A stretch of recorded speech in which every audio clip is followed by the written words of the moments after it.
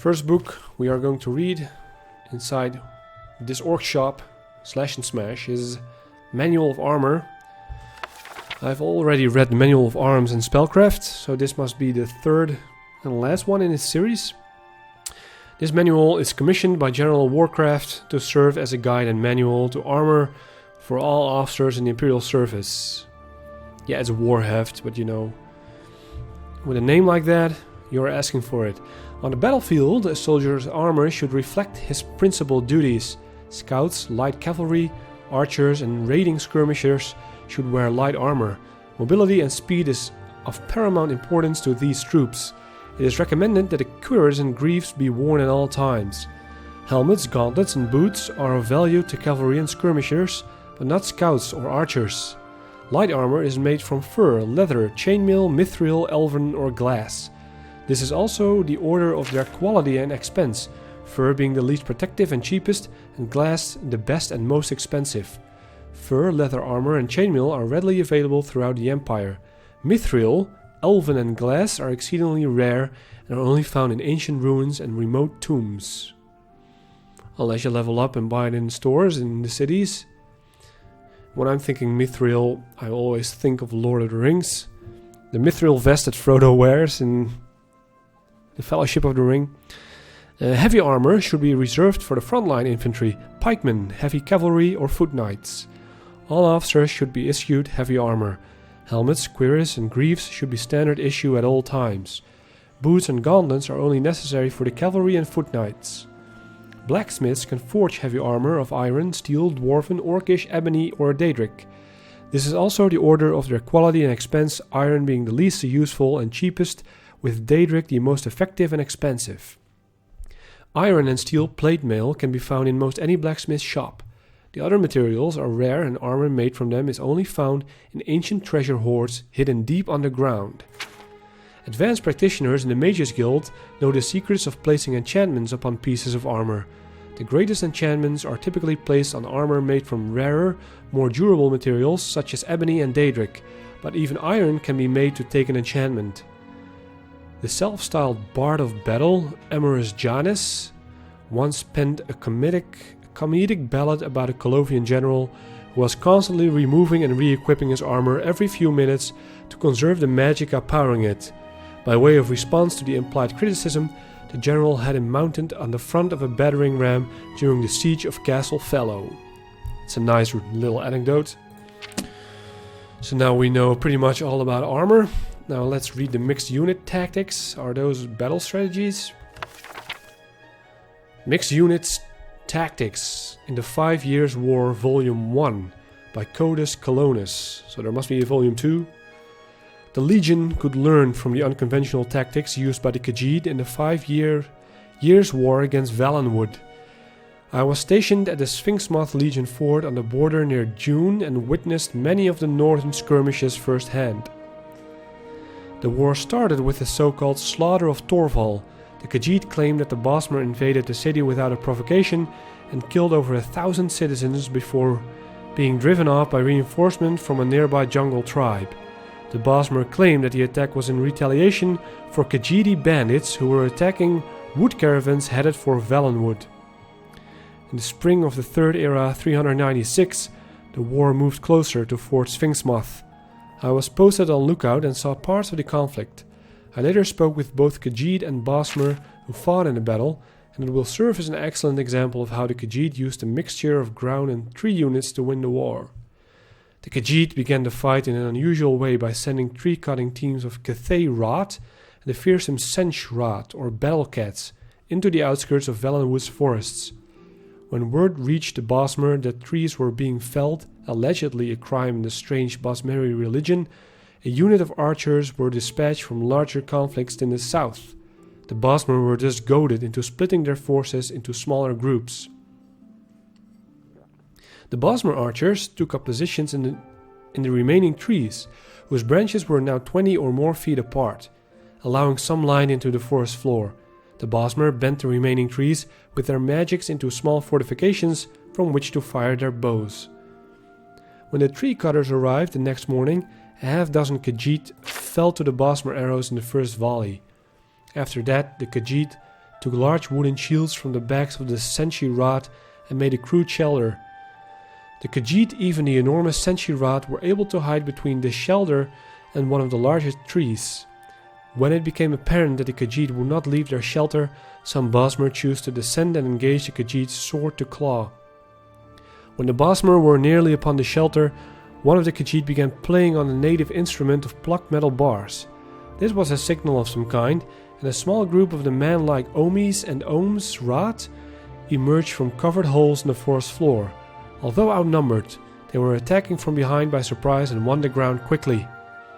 The Bosmer archers in the trees would have still won the battle were they not having troubles of their own. A group of Dagi and Dagi Rat, two of the less common forms of Khajiit, who live in the trees of the Tenmar forest, jumped from one tree to another under a magical cover of silence. They took up positions in the higher branches that could not hold a Bosmer's weight. When the signal came, they used their claws and either tortures or spells of fire, accounts from the two survivors I spoke with vary on this point, to distract the archers while the battle on the ground took place. A few of the archers were able to flee, but most were killed. Apparently, the Dagi and Dagi Rat have more magical ability than is widely believed if they were able to keep themselves magically silenced for so long. One of the surviving Bosmer told me that he saw a few ordinary cats among the Dagi, and even claimed that those ordinary cats are known as Elfic, and that they were the spellcasters. But Bosmer are almost as unreliable as the Khajiit when it comes to the truth, and I cannot believe that a house cat can cast spells. At the end of the day, the Khajiit lost perhaps a half-dozen fighters out of force of no more than 4 dozen, while the Bosmer lost nearly an entire company of archers. The survivors were unable to report back before a second company of archers arrived, and this strategy was repeated again, with similar results. Finally, a much larger force was sent, and the Bosmer won that battle with the help of the native animals of Valenwood. The native animals? What? That third skirmish and the Khajiit response I will discuss in the second volume of this series. Well, looking forward to that. And I'll be on my way. Goodbye. It's 1:30. Perfect weather for sitting in the sun. The Gilded Carafe.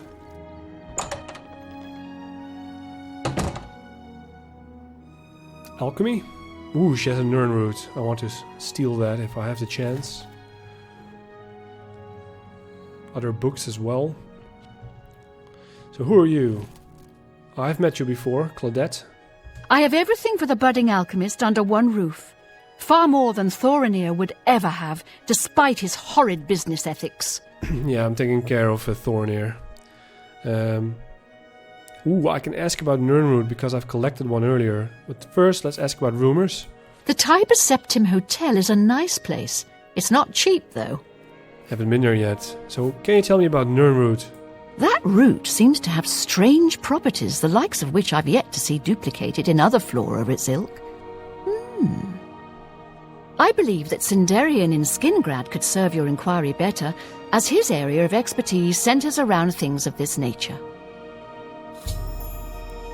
Quest updated. What do you barter? Let's do business. Apparatus, alembics and alchemy stuff. Many potions. I like the potions of healing, but they're way too expensive for me right now. She has many of them. Weak potion of healing, can't even afford that one. Even if he were to haggle. And many ingredients. Alright, thank you. I'll be leaving. Goodbye. Goodbye. Now she will most likely see me if I try to steal the Nirnroot. Her private quarters are closed. Yeah, she's on to me like every store owner. Maybe we can be quick. If she just follows me up here. And then she's going to stand there. Maybe she's coming up. Come up. You can't see me. Oh, there she is. Come a little further. Oh, didn't meant to do that. There was a protection spell, but I meant to crouch.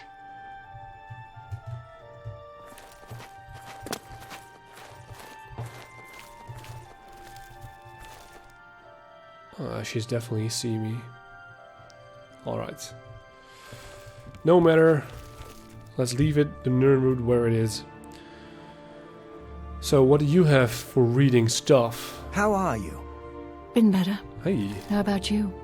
Not bad. Oh. Heard any news from the other provinces? They say syndicates of wizards have led a boycott of Imperial goods in the land of the Ultima. It seems Somerset Isle has become a much more dangerous place. See you. Take care. A customer, huh? Who are you?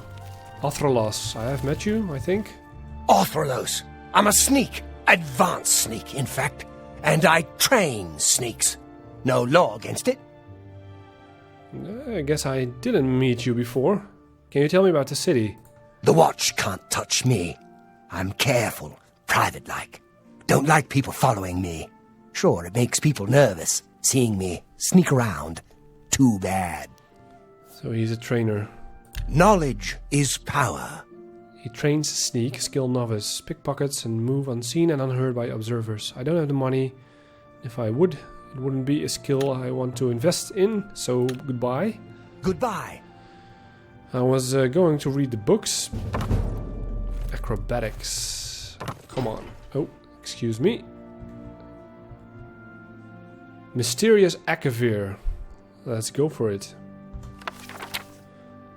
Akavir means Dragonland, Tamriel means Dawn's Beauty, and Mora means Elderwood. Only the Redguards know what Yokuda ever meant. Akavir is the kingdom of the beasts. No men or mer live in Akavir, though men once did. These men, however, were eaten long ago by the vampiric serpent folk of Taishi.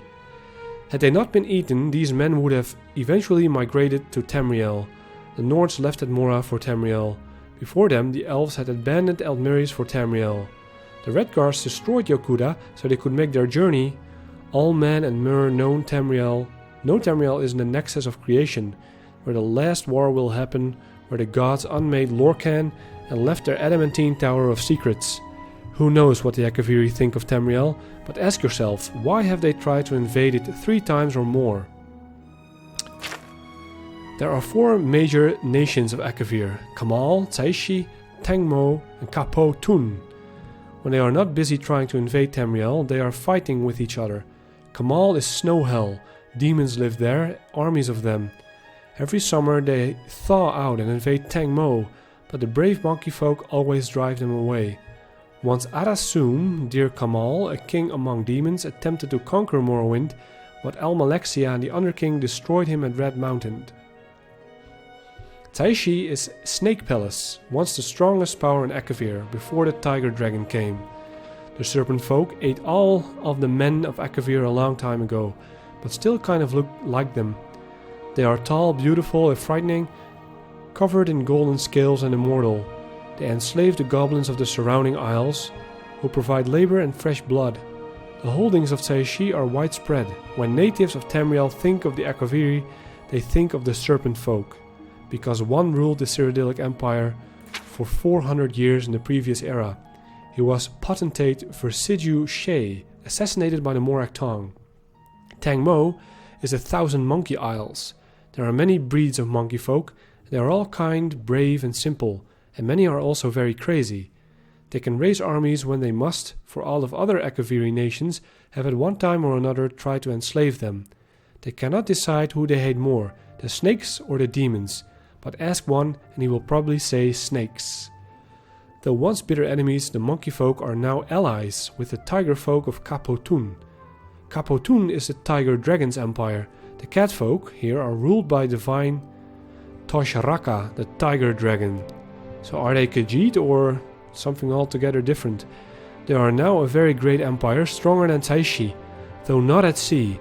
After the serpent folk ate all the men, they tried to eat all the dragons. They managed to enslave the red dragons, but the black ones had fled to then Potun. A great war was raged, which left both the cats and the snakes weak, and the dragons all dead. Since that time, the cat folk have tried to become the dragons. Toshraka is the first to succeed. He is the largest dragon in the world, orange and black, and he has very many new ideas. What? First, Toshraka says, is that we kill all the vampire snakes. Then the Tiger Dragon Emperor wants to invade Tamriel.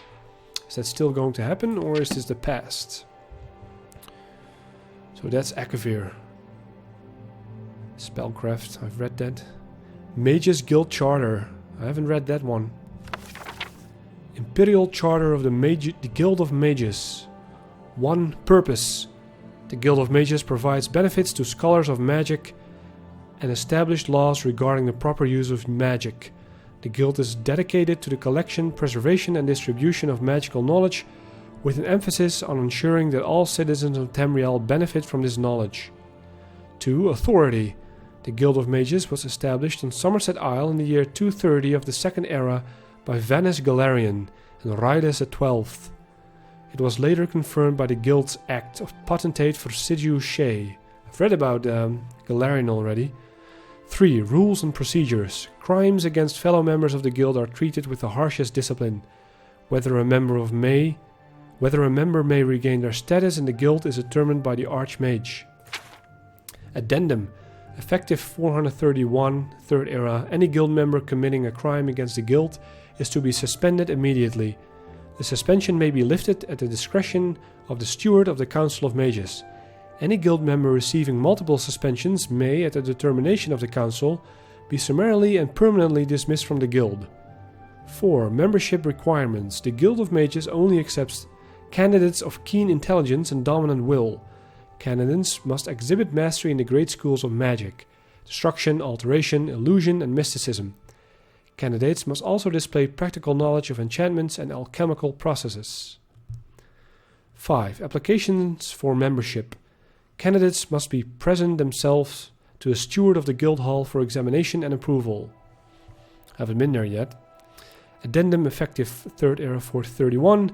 As per Archmage Trevin, all candidates for membership in the Guild of Mages must be approved by all presiding guild hall as stewards, with said approval submitted in writing to the Council of Mages in a timely manner. So we have to get the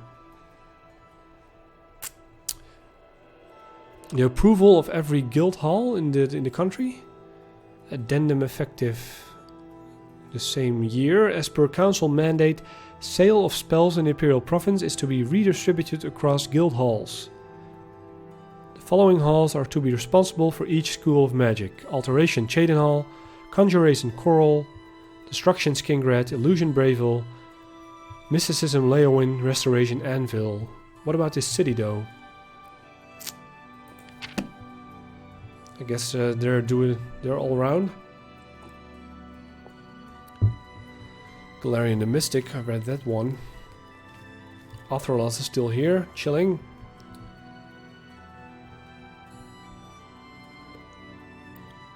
More spellcraft books and potions. What is it, Sarah? Sarah? A Less Root Song, we've read that one as well. Alright, I've read them all. Let's head out. On to the next store. Do you need something? Have I spoke to you? Irene Metric? I'm Irene Metric. If you needed to know more, you'd already know. Maybe. What can you tell me about the city? I don't trust you enough to talk about that. I need to persuade you? Wait, I've something for that. Where is it in my spell? I think I have a quick button for that. Voice of the Emperor, let's use it. Goodbye. I hope I can help. Now, what do you know about the city? To know the right things, you have to know the right people. Idev Lenormand, Mandil, Samuel Bantian, and Athralis are the right people. Because they are trainers, huh? Well, that's not very grateful, useful knowledge, but thank you anyway. You too. Oh yeah, I forgot almost that my quest updated, Seeking Your Roots. The alchemist I've spoken to has referred me to Sinderion and Skingrat. Apparently, he specializes in the more botanical aspects of alchemy.